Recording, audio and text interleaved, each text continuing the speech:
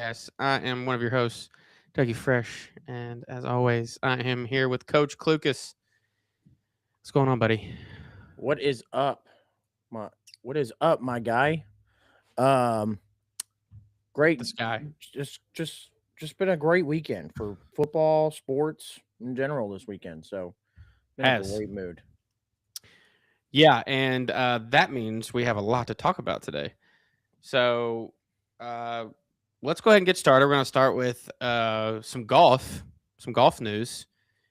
Brooks Koepka is now heading back to the PGA, coming from Live. He decided not to come back or go back to the Live. But that does not come without its penalties, we'll say. So, you want to Yeah, cover that? um, it's a lot, and Ellen. it it really kind of makes you think like, is it worth it? Think about the really the four major players in this um that were on the live deal, Rom, DeChambeau, Kepka, um, why am I drawing a blank on the fourth one?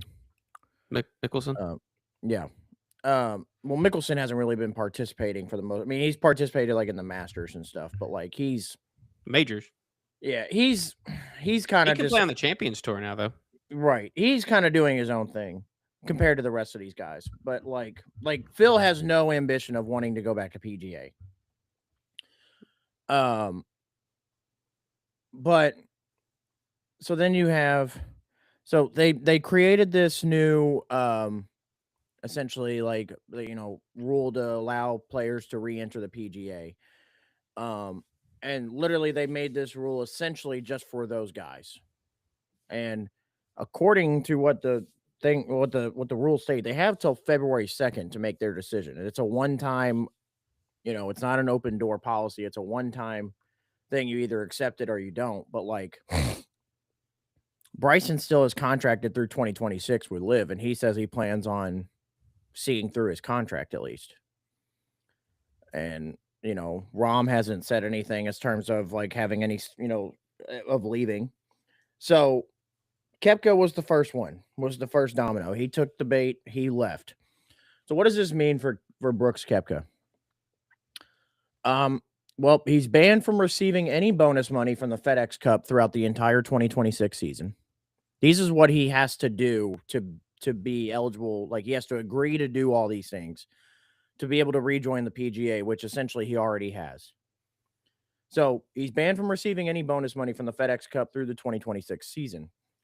He has to give up 5 years of forfeiting player equity shares.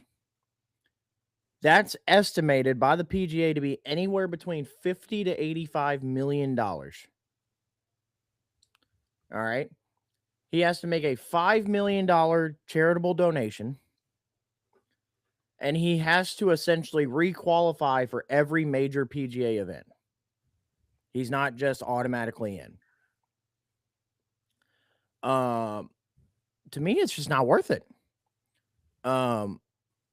Giving up 5 years of player equity share, that would have been the number one. As soon as they said that, immediately would have been a no for me. But I mean, think about it. For these live guys, like you're playing at your own free will, basically. You're allowed to do all these other things that you're not allowed to do on the PGA, YouTube, all this different stuff.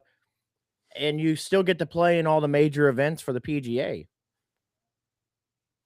I wouldn't have done it, to be honest. I would have seen it through. Regardless if we think Live is going to be a major key factor going forward, whether it's going to stay. I would have at least seen it all the way through. I'd be damned if I do this. 50 to 85 million over the next 5 years. Absolutely not.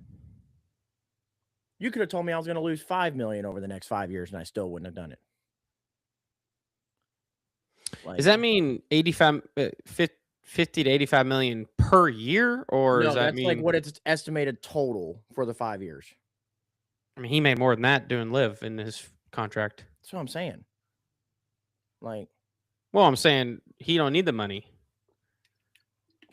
I'm saying though, I'm not giving it up, regardless if I need the money or not. I'm not giving that up. Yeah, he made what 275 million with Live. I'm not giving that up. I'd rather just keep my money. Well, here I think a lot more goes into this than just the money piece, and this is why even DeChambeau or Rahm were probably even contemplating it. Is that because they're the best golfers in the world, some of them, and they don't get the chance to prove it day in and day out like Scotty Scheffler does or like Rory does. And I think more of that comes into play with playing on the PGA Tours, that you're playing with the best of the best. And I think you'll see Kepka slowly get back into the swing of things, no pun intended. And he's going to be back to where he kind of left off. I truly believe that.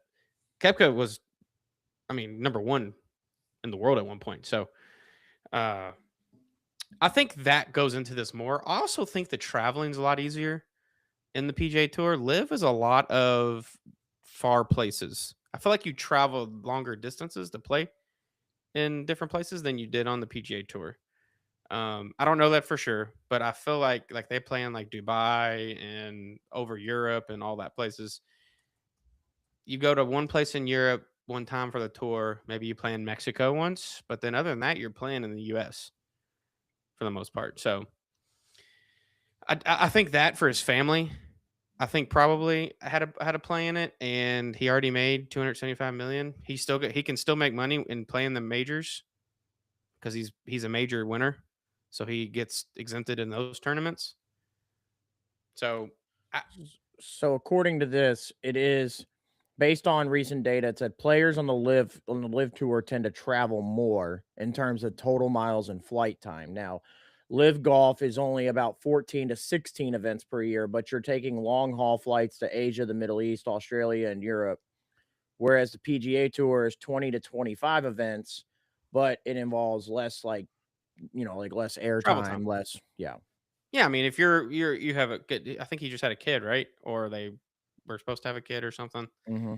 and he's married and stuff. So I feel like the traveling piece has a lot to do with it. If I would Well, take that so into he did say account. that was a big role. So they had a miscarriage. Right. And Okay. he wanted to be home more.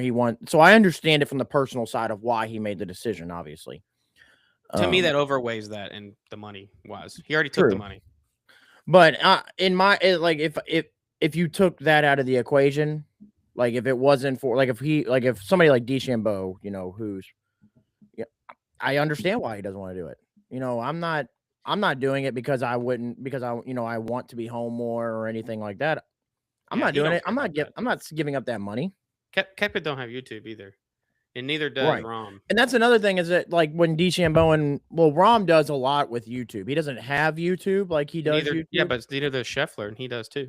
Yeah, but Rom does a lot more with like other groups is what I mean. They're Like not gonna there's touch more Scheffler. He does what he wants. But right. But there's just there but I'm sure there's a restriction around what Scheffler can do.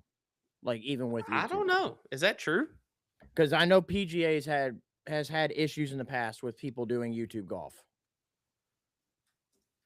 But Yeah, Wesley Bryan, yeah. not Scotty Scheffler. And don't get me started with that because I the fact that they have that Wesley Bryan brought up the good point. And he wasn't like bashing Kepka for going back or anything, but he was like this guy played on a rival tour for years and you allowed him to come back. Granted, yes, he has all this that he has to do, but Wesley Bryan played a 9-hole scramble and was banned. So all this says on Google says this is all around media rights. So players in the PGA Tour are permitted to have their own channels. They just cannot use them to broadcast, stream, or film official tournament competitive rounds. Well, so what that doesn't, that's not a play then. DeChambeau could go and do this, come back to the PGA Tour and do that. But is it worth giving up 5 years of player equity share? That's, I think, is the biggest kicker. If he gets 500 million for Live, no, but he's also made 300 million or whatever. Yeah, and And what we're alluding to with that is Bryson is well, 2026 contract ends at the 2026 season. He is looking for a $500 million deal with Live. So, I don't know. I could see Rom coming back and agreeing to that. I just depends don't. what kind of competitor you are, right? Bryson's just kind ultimately what it of. comes down to. Bryson seems like he kind of enjoys being the outlaw with that. Yeah. And Yeah, I mean, he still has a U.S. Open while he was on Live.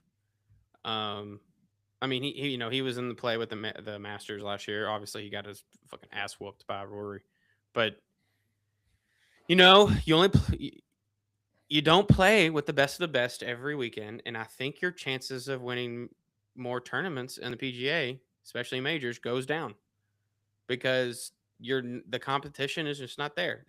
Honestly, the concept is the same with if you're playing SEC teams all year in football, then you go play an ACC team at the end of the year.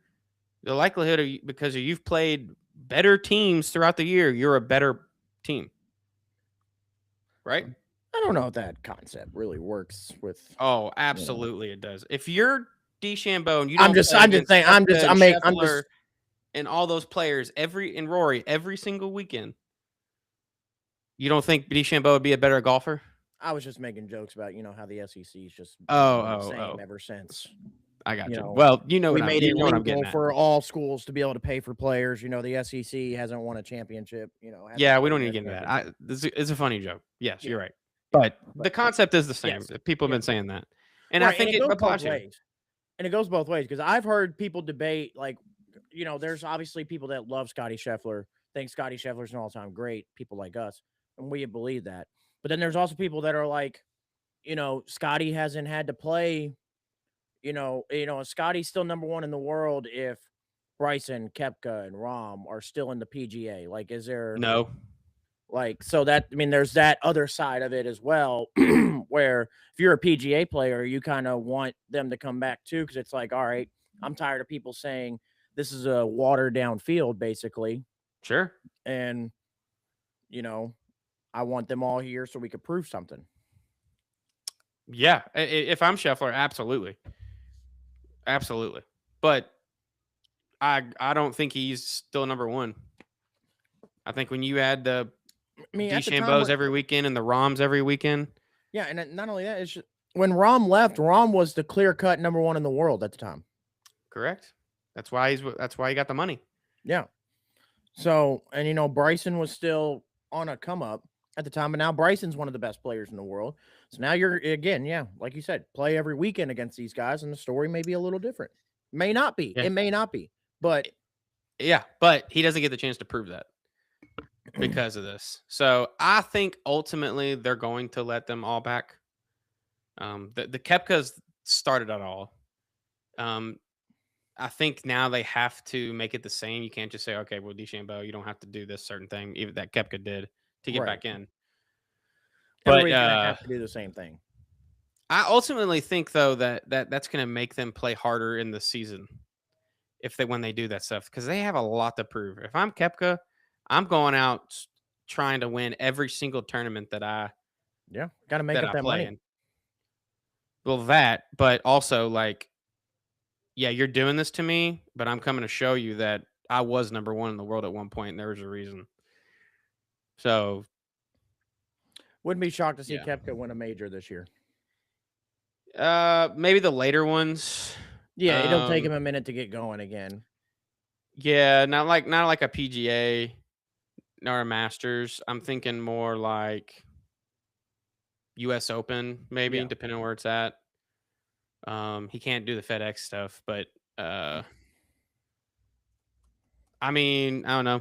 British Open's always up in the air because of the way the course is played, but yeah, I mean, I agree. The U.S. Open this year is at Shinnecock Hills Golf Club in New York. Yeah, I don't know what that means, but I don't know how hard of a course that is, but so we'll see.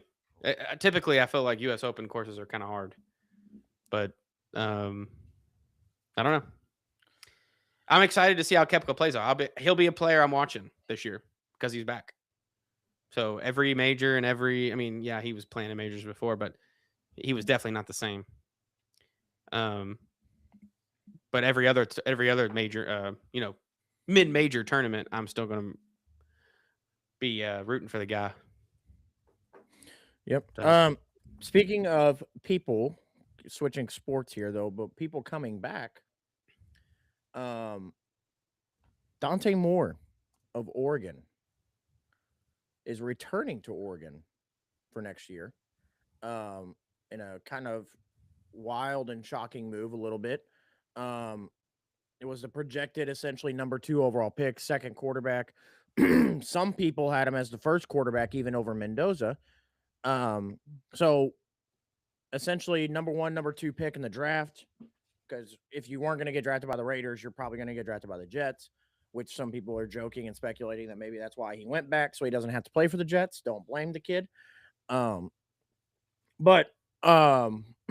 yeah, this is really kind of the first domino of we're really truly seeing the side of how much NIL can affect a player, whether they decide to go or not. I mean, outside of where a team's going to get drafted, but I mean, I don't know what Oregon is fully going to pay Dante Moore to go back, but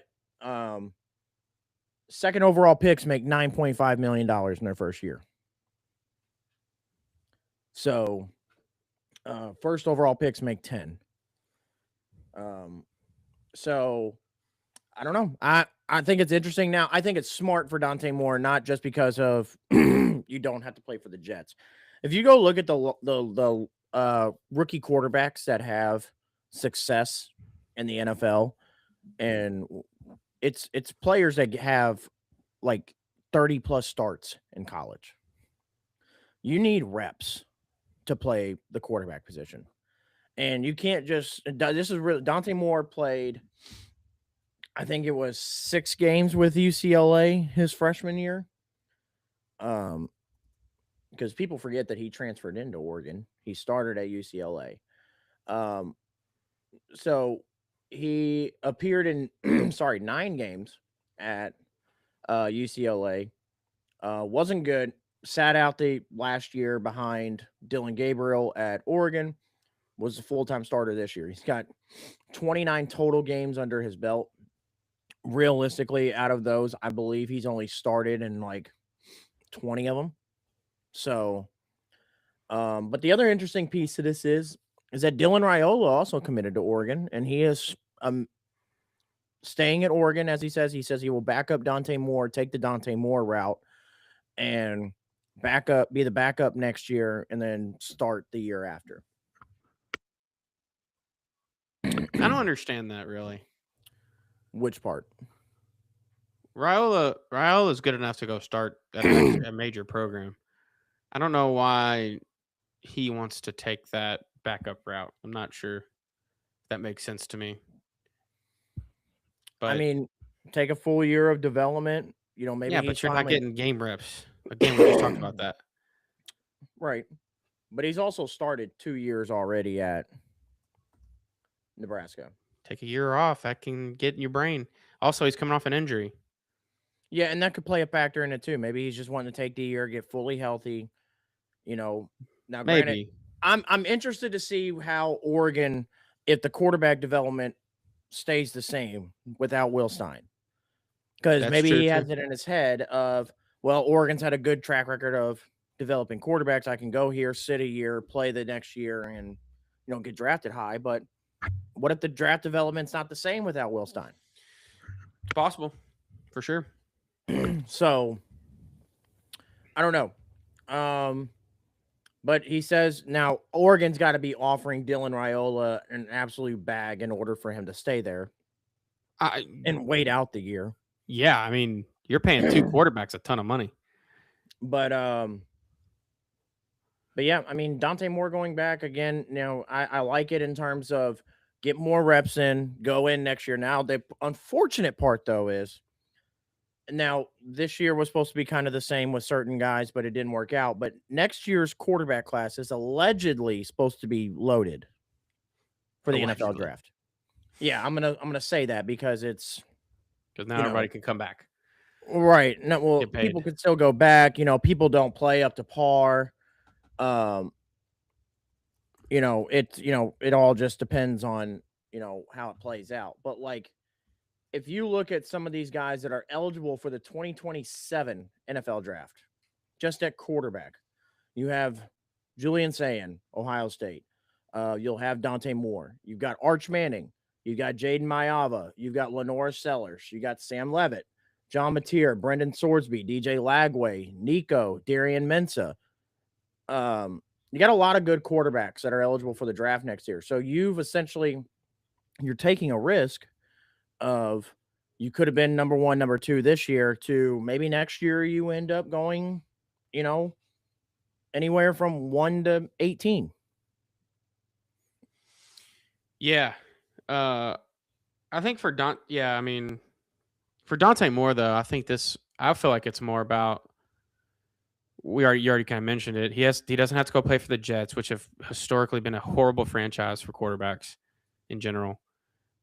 The last 10 years, a horrible franchise in general. But he according to rumors and just doing some research on Google, his NIL evaluations close $7.5 million. That's with like Nike deals, like all kinds of stuff.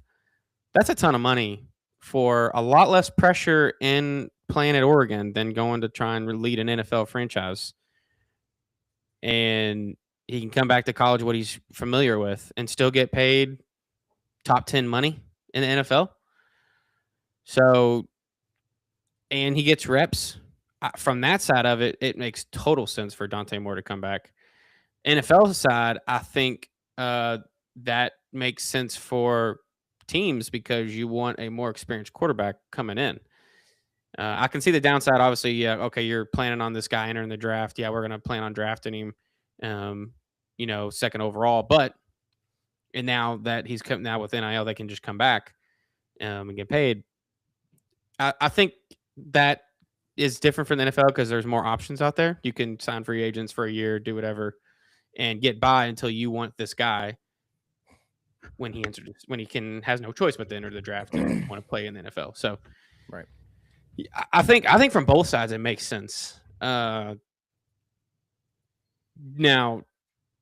I think there has to be some sort of regulations on this again. We could talk about this for a whole hour, honestly, on the NIL situation, especially in college football. But I think this is good. This is still a domino that's going to fall or has fallen that is going to make more fall with the regulations. Is all these players coming back and making a lot of money. So I think it's great for both sides, NFL and college. Yeah, I mean, it makes sense. Like you said, you get more reps. You're going to get a more seasoned quarterback coming in next year. You get a chance to maybe go back and compete for a national title again next year at Oregon. You've got that to look for, maybe a Heisman Trophy to play for as well. Yeah. You can build up your accolades as a college player. And then for the NFL side, I'm getting a more seasoned quarterback when he comes in. I don't, he's got more reps. I don't have to worry about making sure he gets reps and all this and that. But yeah. And then, from the Jets side of things, I'm sorry, Dante, you can run, but you can't hide because the Jets are probably going to be just as bad next year, still picking. True. So, but like you said, he might not have to go to Jets because there's going to be other good quarterbacks. Correct.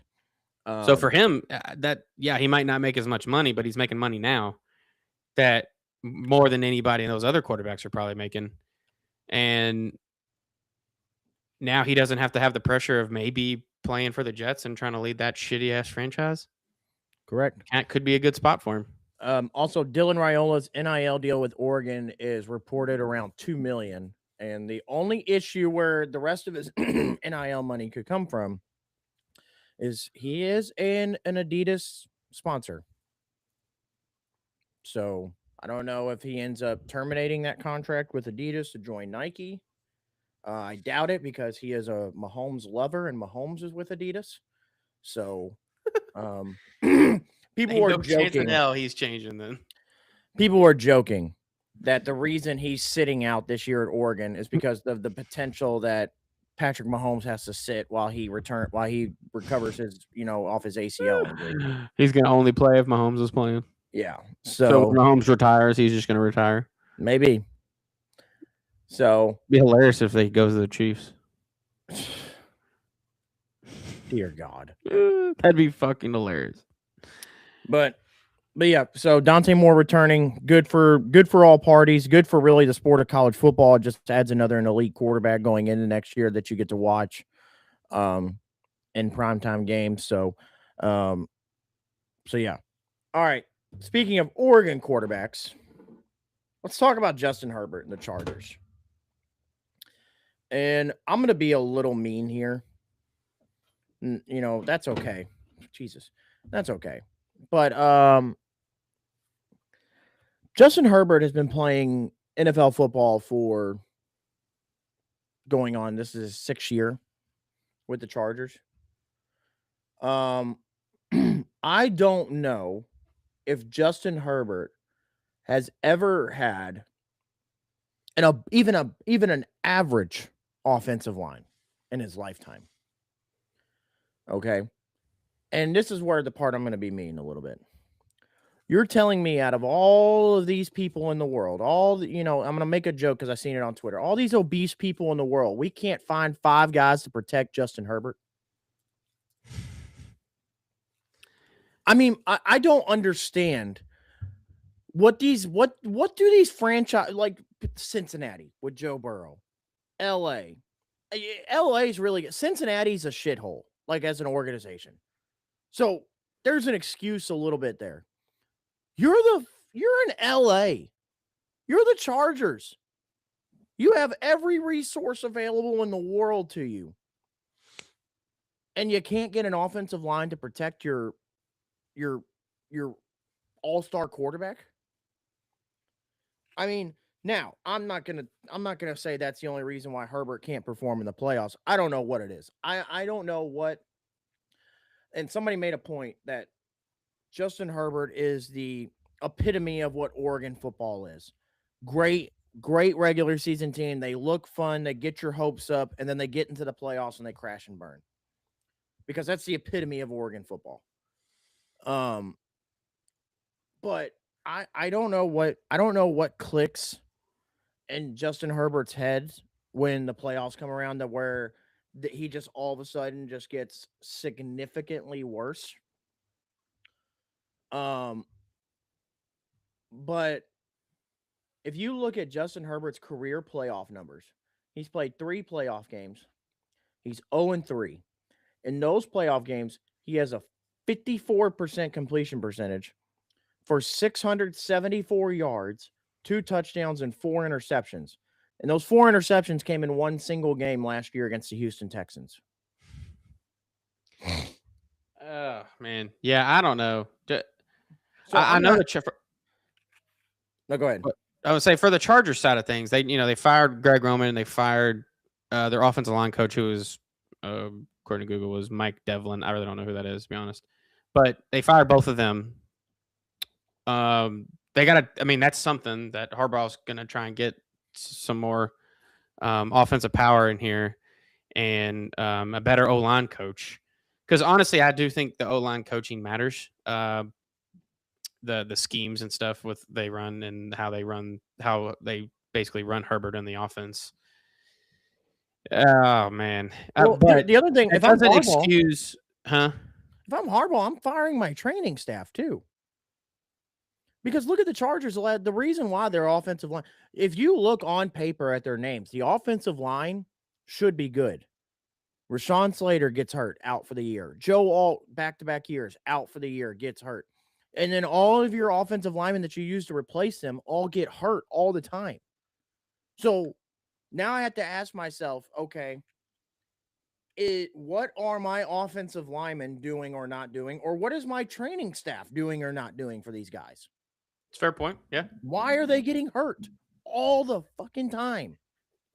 Like, yeah, when I gotta have answers because I need to know, is my training staff doing the right thing and these players aren't? If so, I got to get the players out of here. But if this training staff isn't doing anything, and I know you can't prevent, like Rashawn Slater, what was it, an Achilles or an ACL, I believe. You can't prevent, like something happens like that. Well, That's you can do certain things. Achilles though are overuse injuries. Correct. But like there's certain things you can do, but sometimes it's just inevitable. Like, It is. Yeah. So I understand that. But when I've got players constantly going out for hamstrings, like hamstring injuries and stuff, like what are we doing or not doing? Like that are preventable. So I don't know. That's why I got to look at my, I can blame my offensive line coach all I want, but if I'm giving him guys that shouldn't even be playing football right now, probably, I can't really blame him because I have to, because what are we doing or not doing that this offense, that the guys aren't staying healthy? Yeah, I mean, this is the first step to get a new O-line coach in there. I still don't think that 100% excuses the way Herbert's played in the playoffs. I know not having a great offensive line sucks. He's running out there running for his life, but he's played horrible in the playoffs, and that partly is on him. Maybe he thinks he has to do everything.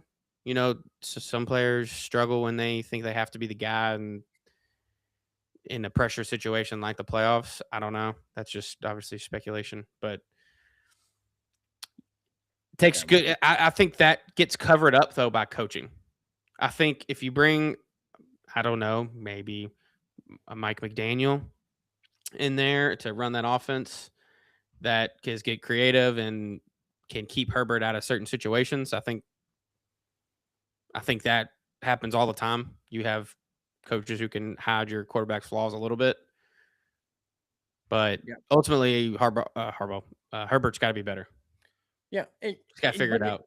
Going back to the offensive line as well, Harbaugh came from Michigan, where Michigan, why they won games was because of their offensive line and defense, obviously as well.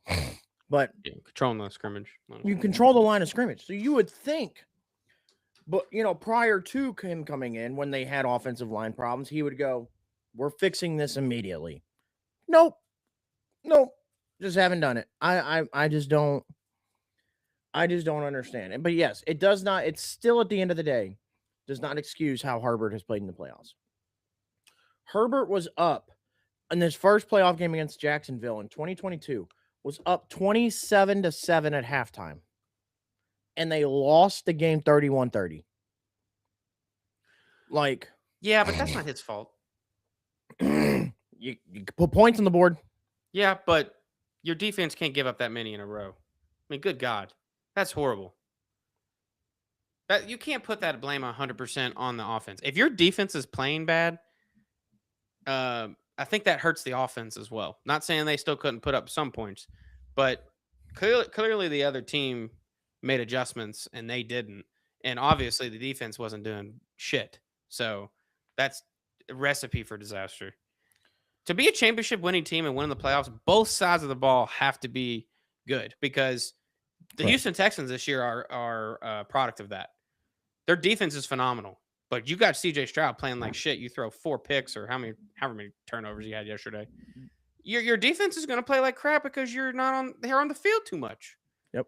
So you got Herbert. You're saying he's thrown 4 interceptions in those 3 playoff games he's played in, and they were in one game. There is no chance in hell that defense plays any good because they're tired all the time. Yeah, and going back to this offensive line, just to point out, the Patriots this year in the regular season, because they played the Patriots in the first round of the playoffs, obviously, last week. Patriots this year were 26th in the NFL in sacks as a team. They got to Herbert 6 times. That's a problem. Yeah. That's why their coach got fired. Yeah. Speaking of another team and coaches getting fired, not a head coach, but an offensive coordinator, let's talk about the Eagles a little bit, because they crashed and burned against the 49ers. Our faith was very much misplaced in that team, and it should have been. I'm a little upset. It's on us. We're gonna take hand up accountability. We're gonna eat that one, because we should have seen it coming. We've literally watched this Eagles team play physical, actually physically play football all year, and it hasn't looked good. And we still just went with they won it last year. They did it last year. We just got to hold faith. No, we should have seen this coming. I guess. And at the end of the day, I you can fire the offensive coordinator and put blame on the offensive coordinator all you want and all this and that.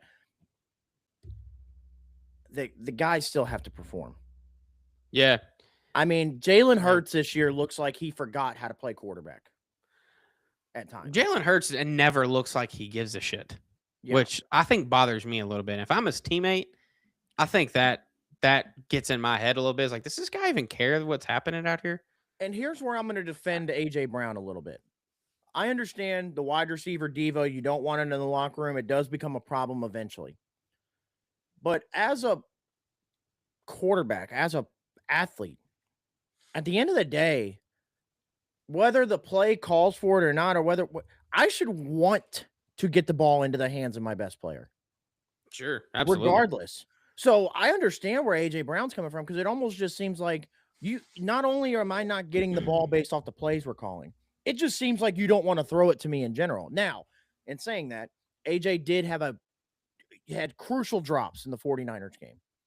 And if you're going to complain all year, about not getting the ball, and now we get you the ball in these moments and you're going to drop them, you can't complain anymore. I can't hear about it. But but at the same time, on the flip side, I mean, Hurts looks like he forgot how to play football at times this year. Like he just did not know what to do. And maybe it is all on the offensive coordinator. Maybe that's, not being prepared, whatever. But at the end of the day, also, this is where I can't get over where Sirianni just gets off with this. Nick Sirianni was an offensive coordinator with the Colts when he got hired in Philly. Yeah. He wasn't, I'm going to repeat that one more time. He was an offensive coordinator before he became a head coach.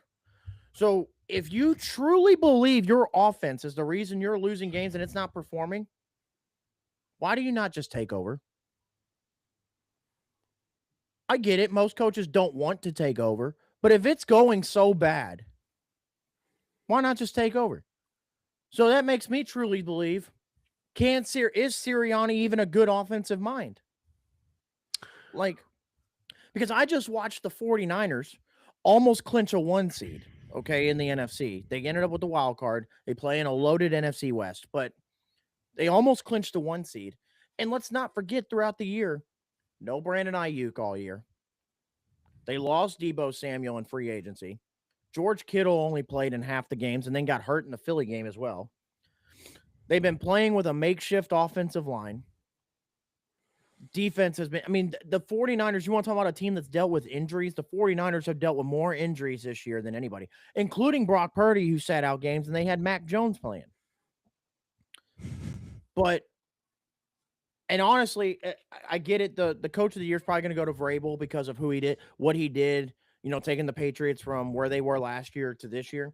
But in all honesty, if I'm looking at who did the best coaching job this year, Kyle Shanahan probably did the best coaching job with what he was dealt with this year, with injuries and everything, and to still be in contention for the 1 seed. So that makes me go, if Shanahan can do it, and I get it, Shanahan's on a different level. Shanahan's up there with the McVays and everybody else. But come on, dude. At the end of the day, I still don't want to hear it, because at the end of the day, you have Saquon Barkley. You have A.J. Brown. You have Devontae Smith. You have Dallas Goedert. You've got people, and they played this year. At some point, you have to just make it work.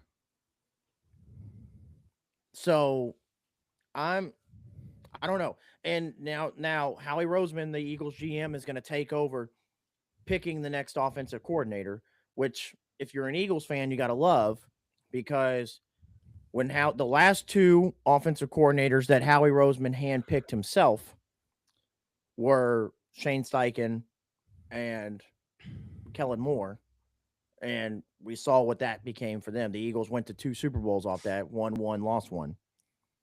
Yeah. So I know I get it. Howie Roseman. I mean, this probably is Sirianni's like.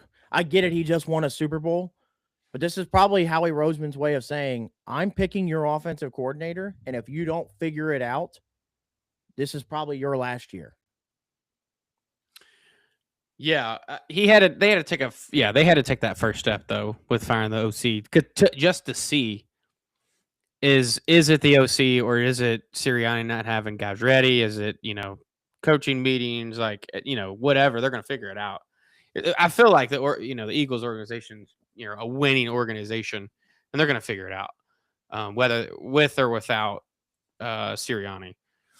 But like you said, though, ultimately, your players have to perform. I watched in that 49ers game, Jalen Hurts missed some wide open throws, too. Not just drops by A.J. Brown, but and that's been all bad throws. They've been horrific. Yeah. They got to get on the same page. And I think that does suck, though, if you're not on the same page with your top receiver. But they got to figure something out, or they got to get rid of A.J. Brown. Go through and look at what great team. What great team, what doesn't have that connection. And star wide receiver aren't in tune with each other. Or tight end like Mahomes and Kelsey. Yeah. Whoever your top receiving target is. Yeah. You're always in tune. Yep. I mean, look at the entire NFL. We were watching the Rams-Bears game last night, and on multiple third downs, where's the ball going? Puka. Where can everybody in the world know where the ball's going? Yeah, we all know it's going to Puka. You still can't stop it. Still can't stop it. When Rodgers and Davante Adams were playing, guess what? In a critical play, guess where that ball's going? Davante Adams, and you can't stop it. Yeah. When Brady was at the Patriots. So it's all you can just go back. He was going to Gronk. Brady had Moss. It's going to Moss. When Brady had Gronk. It's going to Gronk. When he had Edelman, it's going to Edelman. Yeah, you have to have that duo, that connection with the quarterback for I know where the ball's going to be, where you're going to be, and we know that this play is going to work 100%. Yeah, you have to have that. If all else fails, I'm going to you. I know where you're going to be. You know where the ball's going to be. And the Eagles did not have that. I think if they do have that connection, though, like if him and A.J. Brown are on the same page, this offense looks a lot different. You have Saquon Barkley, arguably the best back in football. Let's. I don't want to take anything away from Jalen Hurts, but but it just, I want to say Hurts is very good, and he is. He's won a Super Bowl. He won a Super Bowl MVP. But it's just like I also watch what they do on offense, and it's not good. And it just makes me go, there is probably, you can call it harsh, whatever. There's 17, 18 quarterbacks in the NFL I could put in that same situation, and it thrives. Maybe. So it's like 17, that's a lot. There's also a lot of very good quarterbacks. There are, but that's for someone who's been to 2 Super Bowls and won one. Like that's tough. Okay, I don't know about that. Here'd be some of your borderline ones that I want. If I put Bo Nix in that situation, yeah, you think Bo Nix has a problem finding A.J. Brown? No. Okay, if I put Caleb Williams in that situation, you think Caleb has a problem finding A.J. Brown? Absolutely not. That motherfucker could be blindfolded and probably Brock Purdy. Brock's a system quarterback, so probably not. Okay, now let's have a little conversation about that, because I was with everybody in terms of like Nick Wright and Colin Cowherd going, let's pump the brakes on Brock Purdy being this top level guy because he has who he has. But this year has changed my mind on Brock Purdy because there is no Debo. There was no Ayuk. Kittle's only playing half the games. And Purdy, and he's playing with a makeshift offensive line. Purdy didn't have the Avengers and found ways to win games. Now, so did Mac Jones, but yes, it helps that he's playing. It 100% helps that he's playing with Shanahan. But behind every great quarterback is a great coach. Sure. Yeah. So I can't necessarily always use it, but Brock Purdy didn't have the Avengers this year and found a way to win games and perform at a very high level. So, yeah, I mean, I still think he's still. You put him in another situation. I still think he struggles more than he would in 49ers. He fits that system. Well, yes, he's the perfect quarterback for Shanahan. But yeah, I want to say Hurts is, one of the top guys and everything, but I can't when week in and week out it looks like you've forgotten how to play football at times. I can't do it. Yeah. So, all right, let's to sum it up here before we switch topics to the last one. Um, what are the top two things they need to do this offseason to fix it? Well, they've already fired the offensive coordinator, so you're Well, gonna have yeah, to. not counting that. So you What's got to next? find, you got to, I would say three. I would go three things. You got to find your offensive court, like find an offensive coordinator, and don't just go hire somebody just be off name value. You got to find somebody that's going to fit what your offense has.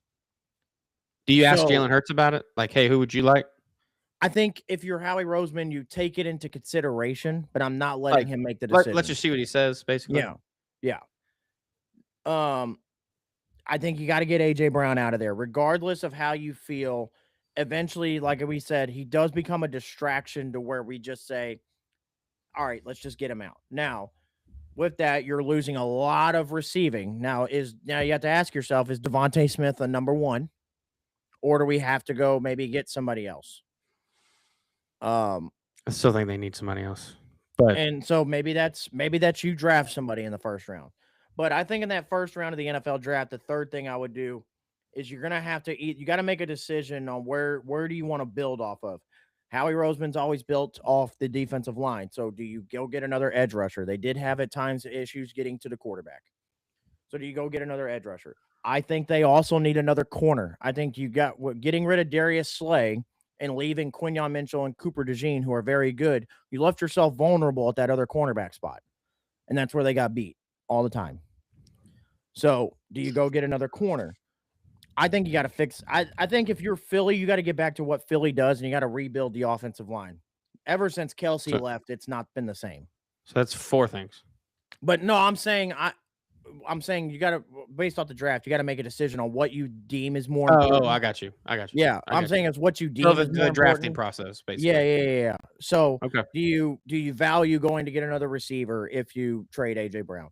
Do you value another corner next to your two all pros and Cooper and Quinyon Mitchell? Or do you value rebuilding this offensive line? You're going to have to make that decision. I think if you're Philly, you got to rebuild this offensive line. Cam Jurgens was good last year, but this year he was horrific. And the offensive line has been injured, and we've seen now when they get injured. Also, you don't know what Lane Johnson's going to do. Is he going to come back another year, or does he retire? True. So I think you got to get back to what Philly was good for, and that was they had the best offensive line.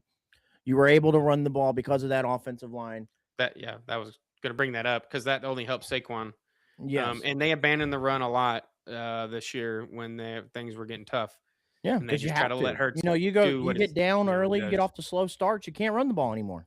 Yeah, so that only helps them with Saquon being able to be who Saquon is, which is arguably, like I said, the best back in football. So Philly is built to play ahead.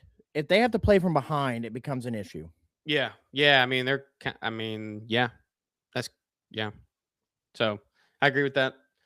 Okay, so last thing, NFL wise, this was just happened this morning. We're recording on a Monday, January 19th.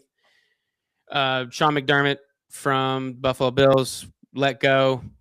They let him know last night that they weren't going to, or either this morning or last night, whichever one it was, that they were going to move on from him as head coach. To me, this instantly becomes the top coaching job in this coaching carousel. Josh Allen is midway through his prime. He's just now turning 30 this year. And you have a great running back. You have a good offensive line. And they were there. I mean, the team was there. Maybe this is the next move. And it seems like it makes sense. I know people have been watching like ESPN and all that. People have been mixed about it, about them firing him. But ultimately, Buffalo has not much to show with Josh Allen being there. And, to me, this was Super Bowl or bust. There's no Mahomes. There was no Burrow. There was no Lamar. And you still couldn't get to the AFC Championship game. So you gotta get him out. I think the defensive coordinator is out because McDermott's a defensive guy, and obviously their defense didn't pan out as well as they think they should have. And I think defense coordinator is probably a problem with that. So he's also gone. Now, who do we get? So here's my thing. I wish NFL teams, when they pick head coaches, when they pick these coordinators, would really evaluate why were these coordinators good. You know, if I look at Sean McDermott was the defensive coordinator for the Carolina Panthers the year they went to the Super Bowl. Let's be real. You look at that Carolina defense, you had one of the greatest linebackers in NFL history in Luke Kuechly, who called out everything, who pretty much ran your defense for you. So now, this is why I'm saying, are the players that he has is what made that defense, or was it truly his defensive scheme? So, like, if I go look at an offensive coordinator, like if I go back and I go, wow, Peyton Manning's offensive coordinator really looks really good. Look at that offense Indianapolis had. No, he had fucking Peyton Manning. Like, we see with Josh McDaniels, horrible head coach without Tom Brady. But when he's with Tom Brady, it looks poetry in motion. Like, so Sean McDermott's just a victim of, he had a great player on a defense that pretty much did everything for him. Defense was great. He got a head coaching job off of it. And then also just so happened to have Josh Allen fall into his lap. All right. So Sean McDermott should have been fired last year. I think last year, after losing to Kansas City again in the playoffs, when Kansas City was down bad last year, even though they went to the Super Bowl, the fact that you couldn't get it done then, he should have been gone. This year, especially, yeah, for sure, he had to leave. You got to go get. Listen, I think you got to go pair Josh Allen with an offensive mastermind. You got to get somebody in there with good plays, a good play caller that can get Josh Allen to where he doesn't have to play Superman. That was really I've told you that's the one thing with Josh Allen I worry about every year in the playoffs. Is that every year when all else fails, Josh Allen feels like he has to play Superman, and which he does. Cost him. It cost him.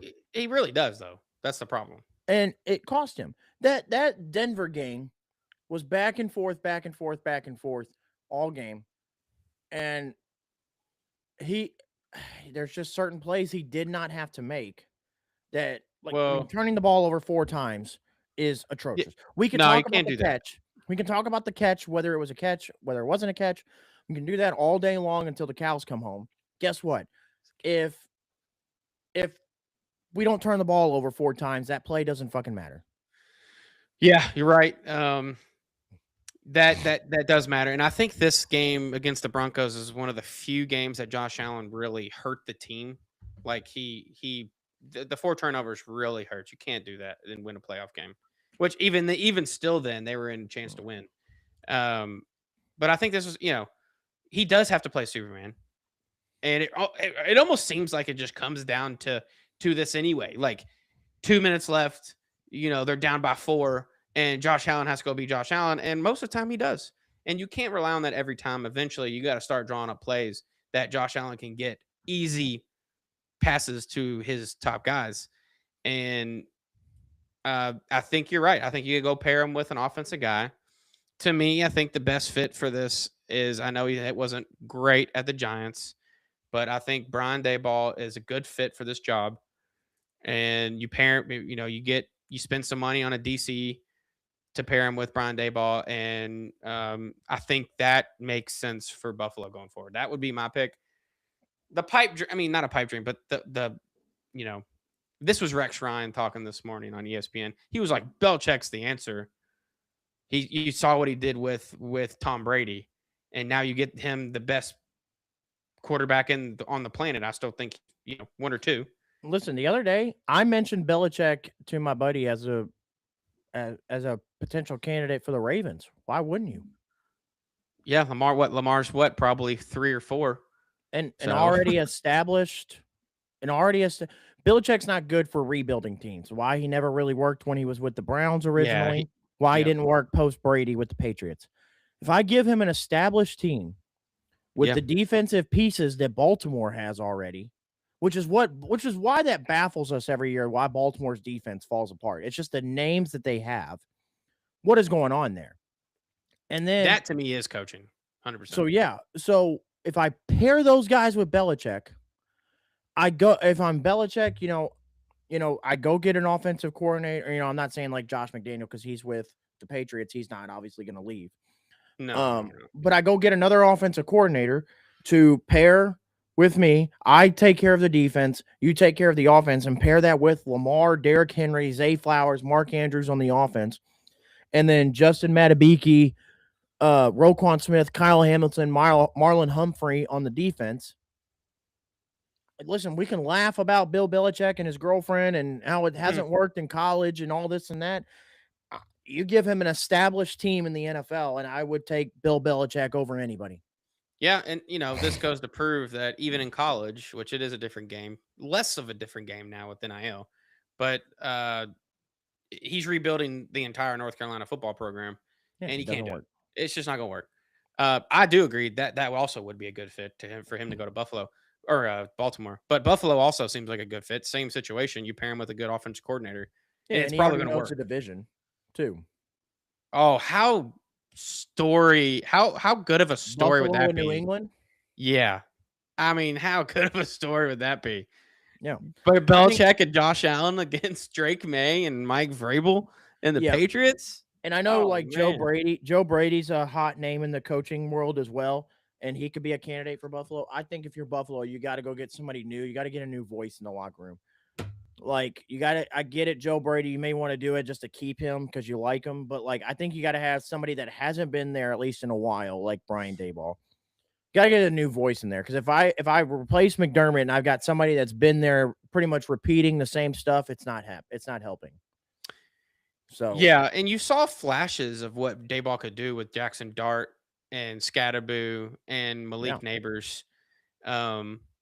You saw flashes of it. He's a great offensive mind. You can see it in those quarterback interviews he does, like that one with Jaden Daniels. Daboll was Josh Allen's offensive coordinator.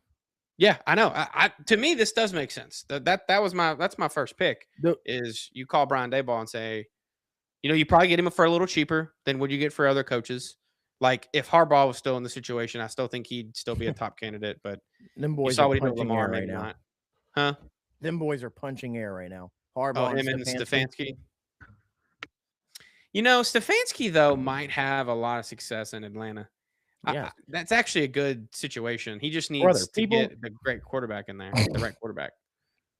People are bashing Stefanski, and I'm like, this dude took the Browns to the playoffs twice. You realize how fucking hard that is?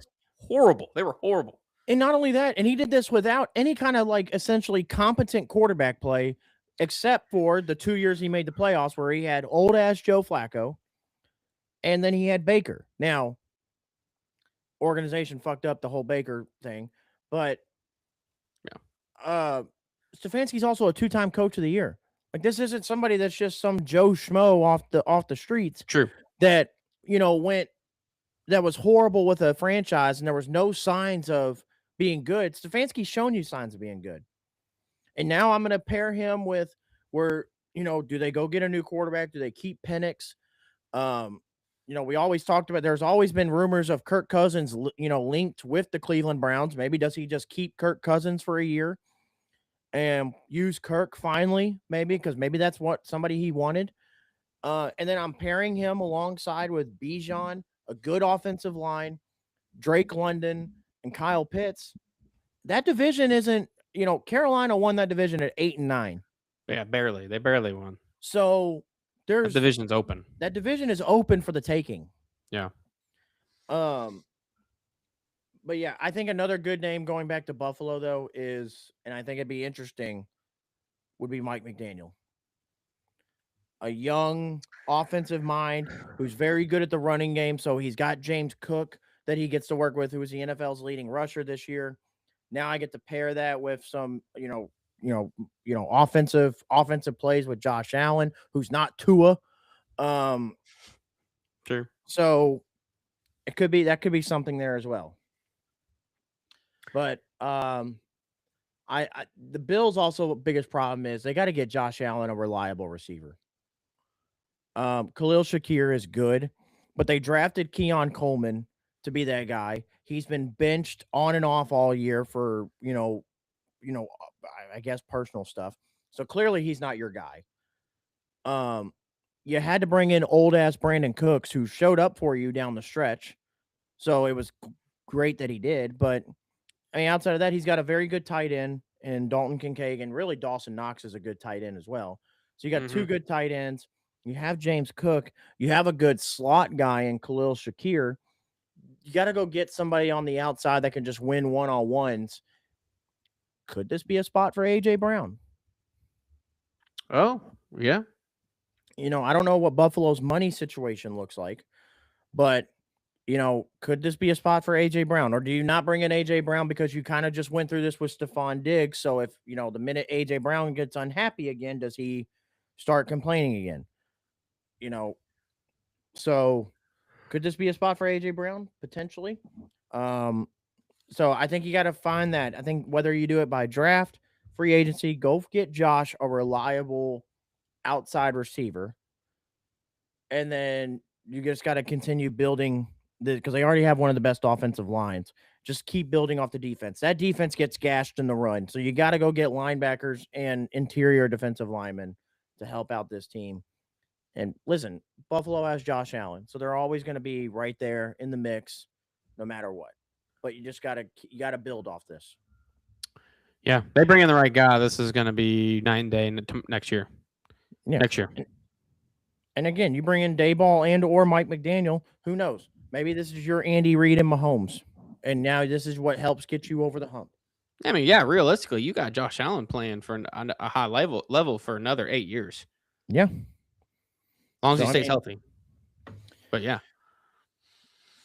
Okay. So all right. Moving on. So if you lived under a rock, the NFL playoffs were going on. We have our AFC and NFC championship game set. We got the New England Patriots versus the Denver Broncos without Bo Nix because he fractured his ankle. Give him props for playing that the rest of the game. But yeah, I mean, true warrior, I think Bo Nix is. And then on the NFC side, you get the Rams versus the Seahawks. And let's go through our picks for this AFC and NFC. Well, I'm picking the Patriots. You have to on the AFC side. Bo Nix not playing. Now, Jarrett Stidham's no scrub.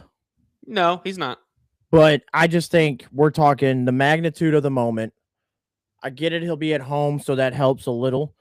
But magnitude of the moment, I can't. The Nick Foles story only happens once in a blue moon. True. I don't see this happen. If Jarrett Stidham had been playing kind of like Nick Foles had a lot of game reps going into that playoffs, prior to. So if he had been playing in these playoffs and played well and they've won, I would say Denver has a chance. But coming in cold, you haven't started a game all year. Now you're getting thrown into this situation, pressure, AFC championship game. You're at home. I think it's just too much. Vrabel, Drake May, and them get it done.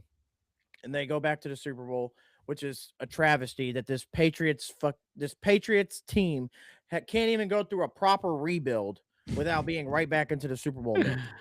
Well, that goes to show that Robert Kraft and that organization know what the hell they're doing. NFC side gets tricky.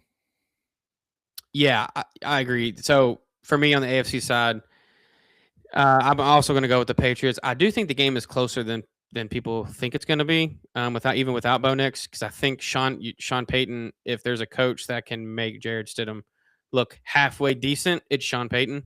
The problem is I think they're going to have to try and run the ball. If they can run the ball against the Patriots, their game's going to be close. If not, maybe it's a little bit further out of reach because you're going to have to make Jarrett Stidham make plays. If I'm the Patriots, that's my game plan all day. Stop the run, make Jarrett Stidham throw the ball. See what happens. So yeah, I'm going Patriots probably by 10. Yeah, And then NFC gets side tricky is tricky. Yeah. because Seattle, you know, are they truly Seattle's good, obviously, but are they truly that good and how they looked against San Francisco, or was San Francisco just so injury riddled team that it finally caught up to them? And then the Rams, at the end of the day, regardless, they haven't necessarily played great in the playoffs against Carolina or Chicago. But at the end of the day, it's still Matthew Stafford. It's still Puka Nacua. It's still Devontae Adams. It's still Sean McVay. So They find ways to win, man. Even against the Bears, who find ways to win. Because he's the only one left, really, in terms of elite. But it almost turns into like that Tom Brady syndrome where it's like it's Matthew Stafford. You kind of just pick him and expect it to. Yeah, you can't. You don't pick against him. Type of thing. But at the same time, Seattle has the best defense in the NFL, and arguably the best receiver in the NFL right now. Arguably the best receiver in the NFL right now. Well, Puka's got something to say about that, but it's close, man. Arguably one of the, is that dude. We'll just say you got two of the top 5 receivers in the world playing right now against each other. Yep. Seattle's run game is very good, but LA's defense is very good. I don't know because his game's going to be good. I'm torn because I really want Sam Darnold to do it to, complete this whole, essentially comeback for him in his career. But at the end, also, I kind of want to see Matt Stafford win another ring. Yeah, I mean, we've already talked about this some. Stafford wins another ring. We're starting to put him in some serious he's in top 5 consideration. Yeah, I mean, you look at his all-time stats level conversations. He's already better than Aaron Rodgers. We've already talked about that. Yeah, so you're going. Who are you going? Let's get your pick first before I go. I think I'm just gonna. My gut says Seattle, and I think pick the defense. Yeah, I think I just got to ride. The only thing I could see this being the difference is just the head coaching, the McVay versus Mike Macdonald. Yeah, you get down to a close game. Coaching is where coaching matters. Yeah, I will say play calls on your timeouts, stuff like that. Now, Seattle and LA play twice this year. They're 1-1. Both games have been bangers. I mean, that don't even help. Both games were bangers, if I remember correctly. So the first time they met up, hold on. So the first time they met up in week 11, it was a 21-19 win in LA for the Rams. Matt Stafford in that game was 15 of 28, 130, 2 touchdowns. But that game, Sam Darnold was not good. 29 of 44, 279, and 4 picks against the Rams. But in the second game in Seattle, more of a shootout. Seattle won in overtime, 38-37. Stafford was phenomenal, 457 and 3 touchdowns. In that game, Puka went for 225 and 2 touchdowns. But on the other side, Darnold was 270, 2 touchdowns and 2 picks. JSN 96 and a touchdown. You know what? I'm going Rams. I'm going to flip. 457 and 4 touchdowns against the number 1 defense in the NFL. Yeah, I'm going to go. I'm going with the theory of trust the coach, trust the quarterback. The Rams win. Yeah, I'm also going Rams because you know who beats good defenses? Great quarterbacks and good receivers.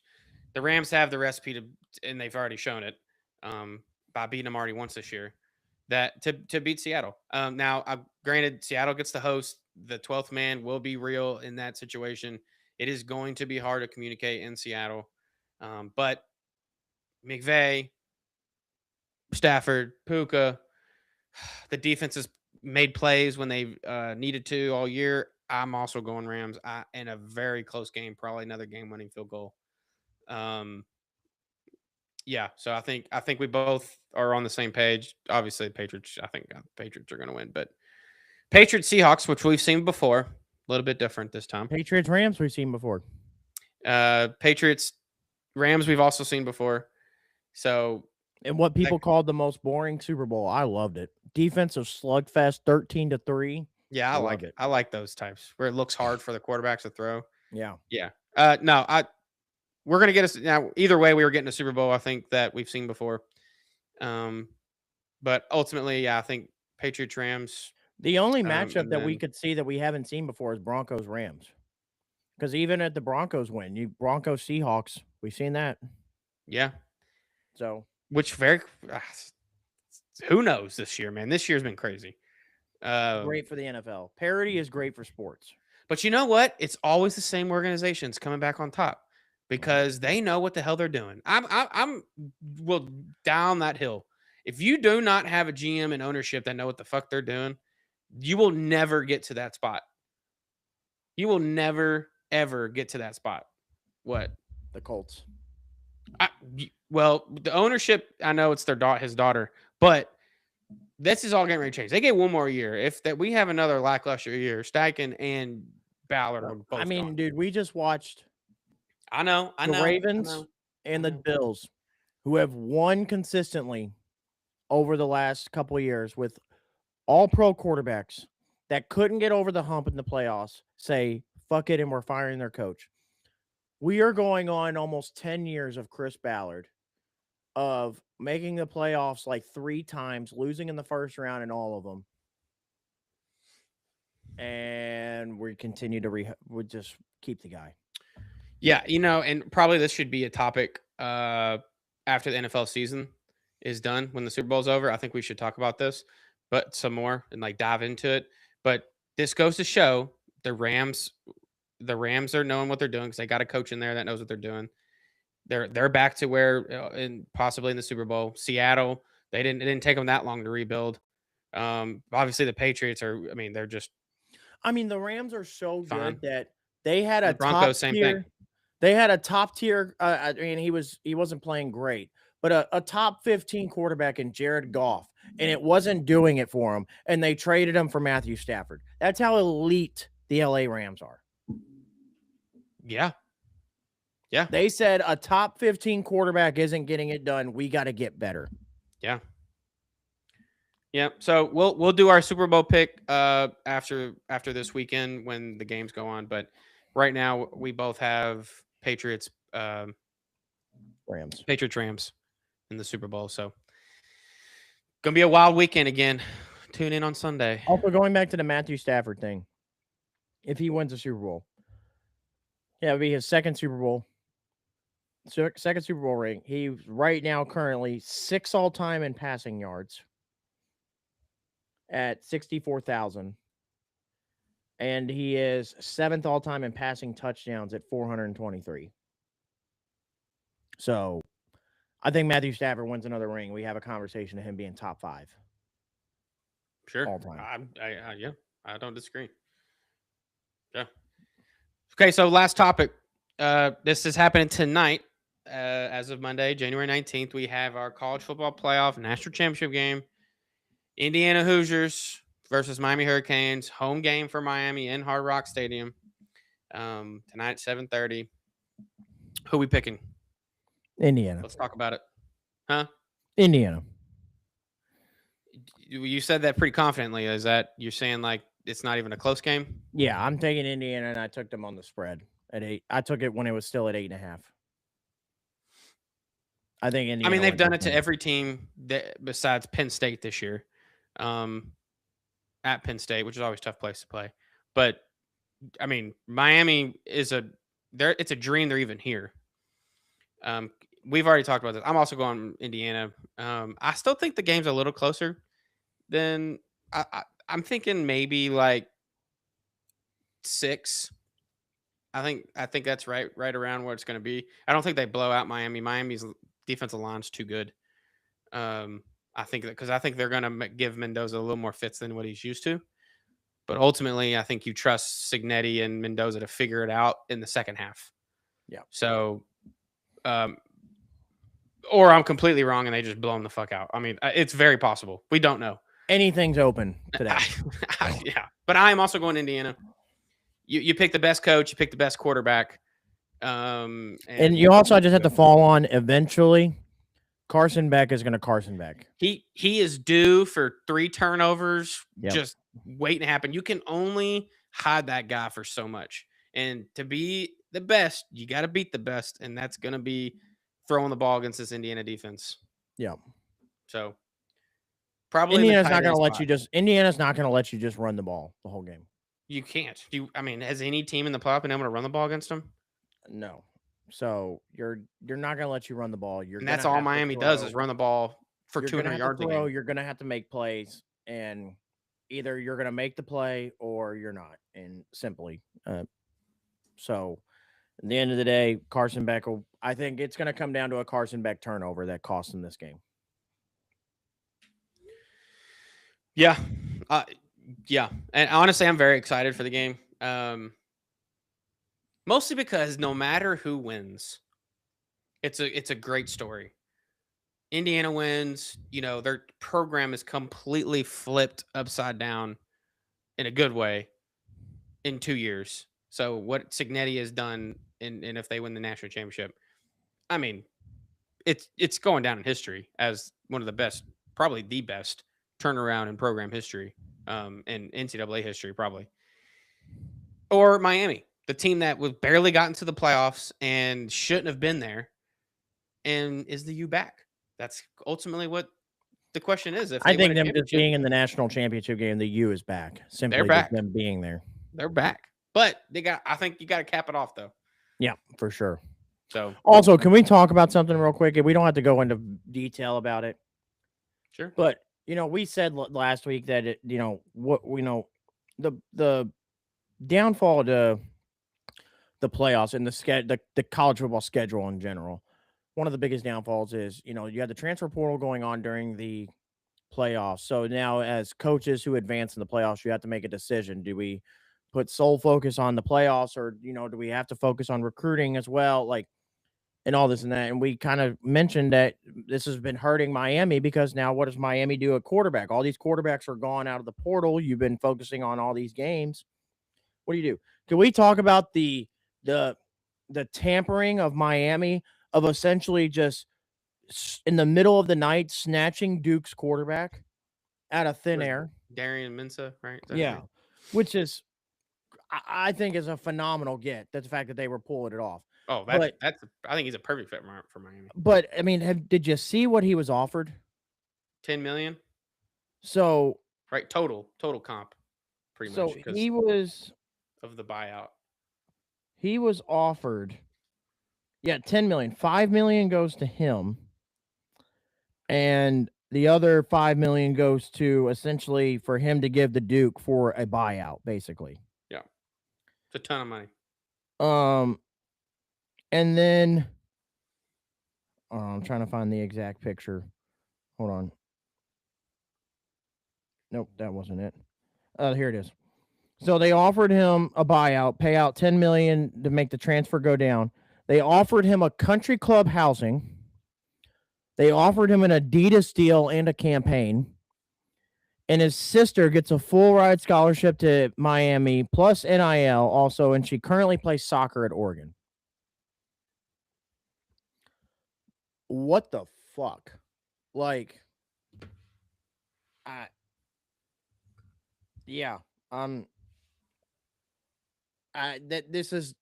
part is where the downfall of NIL and everything is. But again, we're not going to go into full detail about it, but we could talk about it maybe next week. But yeah. I mean, ultimately, this is the world we live in now. I mean, it just kind of makes you just go like, oh my God, what is Miami doing? All these quarterbacks are gone. And then all of a sudden, tons of teams have pretty much admitted to tampering during the season because all these no contact tags are coming out and they know exactly where they're going. They can't do that if they don't have a deal already done. Right. So, I mean, so there has to be regulation. They also offered Ty Simpson $6.5 million to not go to the draft and come to Miami. He said, no, I'm going to the draft. He's one of those he went the high moral way, which, I also think fine. Ty Simpson probably looked at it as Dante Moore's coming back. I'm going to be the second quarterback probably drafted. I have a chance to get drafted high. He's just taking his chances and just to potentially go high. And then, I mean, he might be a ton. I mean, see where the dominoes fall. Top 15.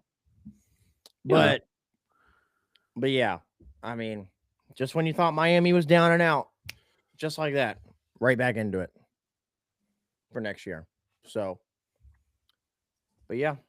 So again, we can get into that whole messy detail later, but yeah. So this kicks off a great another great week of sports. College football playoff championship game tonight. Then you'll have the AFC NFC championship games on Sunday later in the week. Yeah. So everybody tune in, watch your sports, guys, and then tune in to us. enjoy the football while it's still here for another I know month. it's gonna be over before we know it. But yeah, but then after the playoffs, tune in to us and listen to what we had to say about it. But yeah, that does it here for this episode. Like, comment, subscribe, and we'll see you guys in the next one.